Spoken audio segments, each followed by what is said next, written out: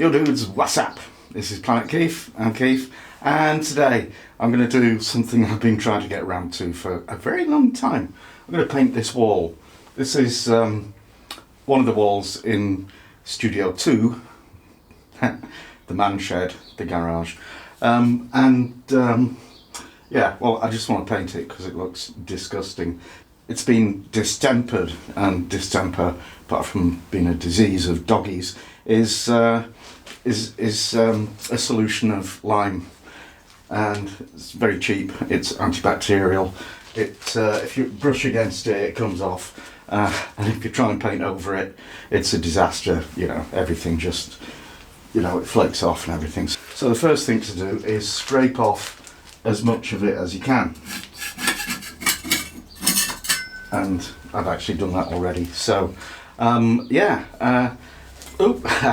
so that's today's task, is to finish this, and then I'm going to put some shelves all the way along, which I'll be able to use to stack or to lie all my bits of timber, which should be stored horizontally, but you know, for space reasons, I've got stored vertically, and they're in the way, and it'll be really nice to get all that stuff over there that you can't see up there out of the way. Anyway, wish me luck. I've set aside the whole day for it, because also I want to do a finishing coat on the other half of this wall, well, that might be a bit ambitious. We'll see how we get on. Let's do it. So I've got my wall scraped clear of distemper and more or less dust free, and now I need to just paint it grey, flat grey. So when that's dry, we're going to do a sponging effect over it, and for that I've mixed some of the base grey, some white paint and some water. So there's my beautiful cloudy grey wall, and the next thing to do is put that shelf up. So this is a bit of a upcycling project. I got a couple of bed bases from some people in Wetherby, which I found on FreeCycle. So this is part of one of them. I've already cut it down a little bit, and yeah, but actually for the shelf design I'll just need 3 of these, so that would need cutting at that point. And yeah, nice, smooth, well finished bit of wood, which I'm going to destroy. Kinda. So there you go. And I'll also have to take, you know, that slat off, because I need that for the cross or the diagonal bracing and the wall plates. So this is my sketch of more or less what I'm going to do, not to scale at all. So I need to have a couple of lengths of the bed base with like 3 slats and a longer bit extending behind. So on the side view, that's the wall plate, and so that, you know, we'll screw that to the wall, and then we've got the shelf element, which we need to screw from the back, which will be fun, and then the diagonal brace, which we need to screw from the top and from the back down there where I've run out of paper. And because the length of the wall and the length of these bits of bed base, there'll be 2 sections, a long one full length and a shorter one a bit cut off, not that short, and they'll have to be sort of half lapped onto that middle horizontal member sort of thing, and screwed down from the top. So that looks really straightforward. I think we should start. Okay, it's the next day, and I've painted this, well, you know, quite roughly, because it's a shed. But basically the only reason I'm painting it really is so that when it's photographed, the wood that's on it will stand out, and it won't just look like a ton of brown stuff. Really, honestly, also it looks prettier. Now, next challenge is to figure out how to fix it to the wall. So I think I'll just cut this in half, because that'll give us you know, plenty at the top and bottom, actually. Not that much, but yeah, I'll cut it there. There's not like a bit of accuracy, and that's nothing like a bit of accuracy. So since I did the review of the wonderful sewing machine, I've discovered it's got a laser guide, which is rather helpful. So let's get the old eye protection and ear protection on.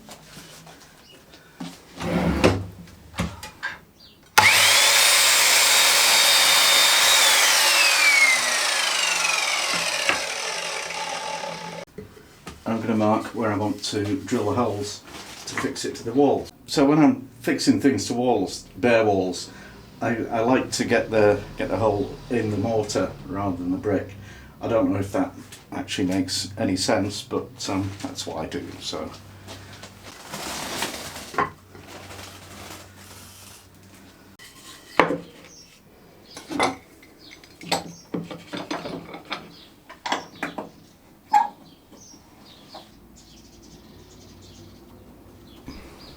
So now I've got one of the wall plate pieces and I've marked where the holes need to be to fix it to the wall.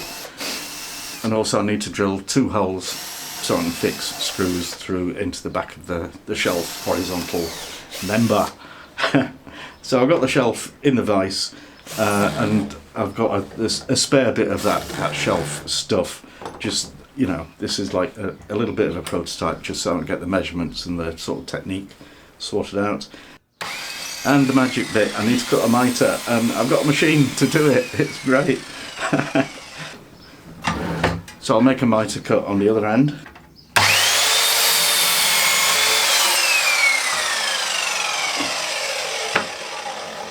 And then try it against the bracket, and this is why we do prototypes. It's about 1 inch too long, so I'll just take that inch off and it will fit.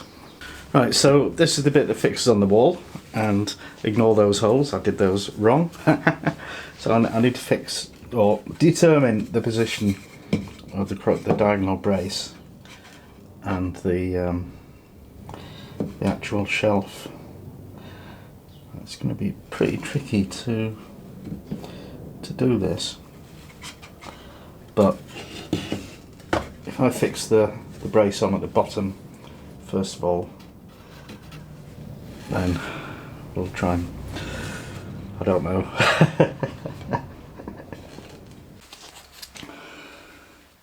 So I got this little toy drill stand from Lidl for like 15 quid, and it comes with a clamp to hold your workpiece, and I've just got to show you this something.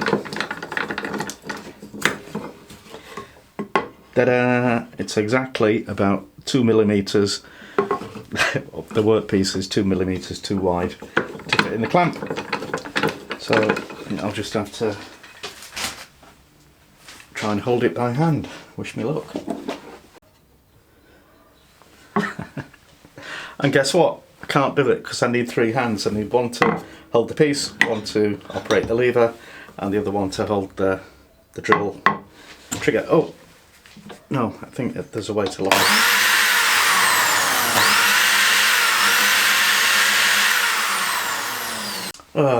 Bugger. Right. Drawing board. Okay, good old G-cramp. There we go.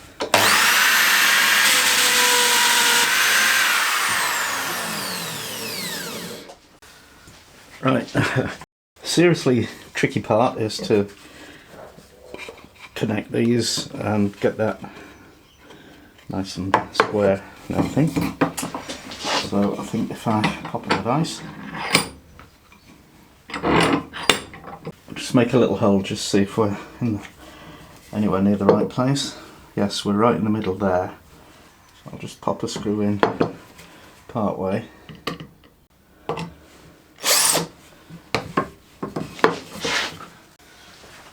I think we've done it.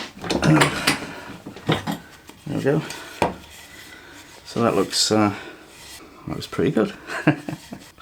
Okay, now I've got 3 Wall plates with diagonal struts, all attached and magically painted grey. So what I need to do now is, another tricky part is attach the shelf panel to there and through there. Right, a few days went by, and so much for being a smart ass and connecting this all together in a big long thing to deal with in one go. Can't be done. It's too unwieldy. I just haven't got space, so I'm gonna just take it apart a little bit.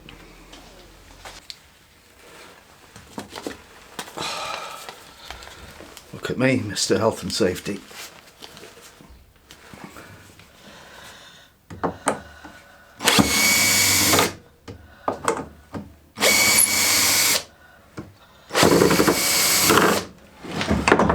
Yeah, that worked. Okay, I've got it sort of half fixed. I've got one screw not fully in under there from the underside, and I've got one, well, I started making one, and now I'm going to try and fix this and try to, well, I mean that's vertical up against the thing in the vise, and it's parallel with the edge of the bench, and I need to keep this one parallel with the side of the bench, and we should be laughing. Let's drill pilot hole.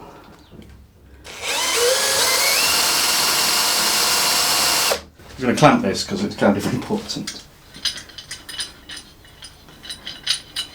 Perfectly square. So I'll just firm up this fixing and that one, and then do the other end of this section, and then fix it onto the wall. What fun.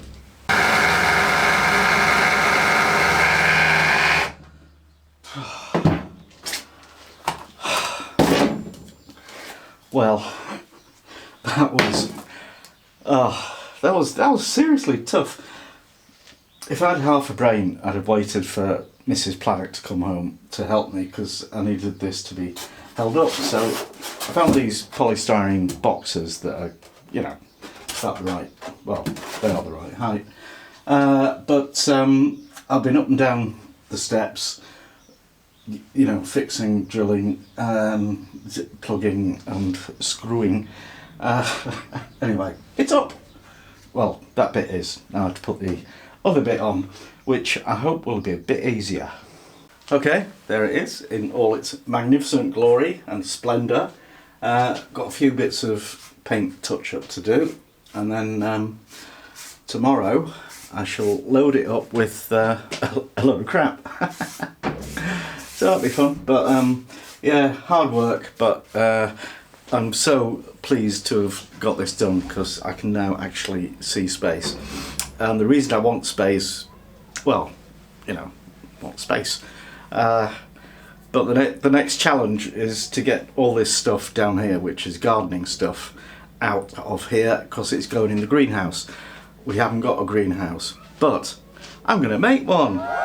Yay! So that's a bit of a major project coming up very soon, because it's stopped being awful winter and it's now spring-like and suitable to work outside. Now, just to make life a bit more difficult, I've decided that I think this plain grey is just, it's too dark. So I'm going to do the sponge effect that I've done on the other part of the wall. And also this board with my tools on, that's just a bit of MDF, and I did some steel wool and vinegar stain on it, and I think that looks pretty drab, so I'm going to paint that with the light grey as well. So I've actually cleared this worktop. It's the only time you'll ever see it like this, I imagine. I need to take that away, take that down, take this down, get those out of the way, take that rack off, and yeah, get on with it and stop whinging. Okay. So I'll just show you on this bit of wall how I do the sponging textured effect, because I think it's easy, but I I had a friend once who admired it and wanted to do it in his kitchen, but he lived like 100 miles away or more, and so he phoned me and I described what you do, but he just couldn't get it. So I'll just quickly demonstrate that. So you want a sponge, ordinary sort of bathroom sponge, and you want your paint. There's only a titchy bit of that left, but that will be more than enough to do this wall, because what we're going to do is dilute it with water. So we've got the wall painted with the base colour, and that's dry. That's kind of important. And just dip your sponge in a bit of water and then a bit of paint just on the tip of the sponge, and make some random dabs. Then a bit more water, not too much because it'll run, and then just kind of spread out the dab. You want to get rid of any hard edges. It's supposed to kind of look like a cloud or something. And you know, inevitably you will get bits of it running, so just dab over those to stop them, you know, spread them out and stop them running, because the runs don't look good, as it were. Anyway, and you know, just keep on doing it till you've covered the wall. Easy peasy. Right, here's my beautiful wall, my pale grey tool board, and the high shelf with loads of wood on it, and that's been there a few days and it's showing no signs of falling down, which I'm quite pleased about. So I still need to organise everything on here. Not quite sure how I'll manage that, but yeah, it'll get done. Oh, and I also made this sort of semi-floating chisel shelf out of some oak. I'm pleased with that as well, because well, it looks good and it keeps the chisels safely out of harm's way. So anyway, enough waffling. If you like that, give it a like, share, subscribe, make a donation, become a patron, all of that wonderful stuff. And thanks for watching, and see you next time.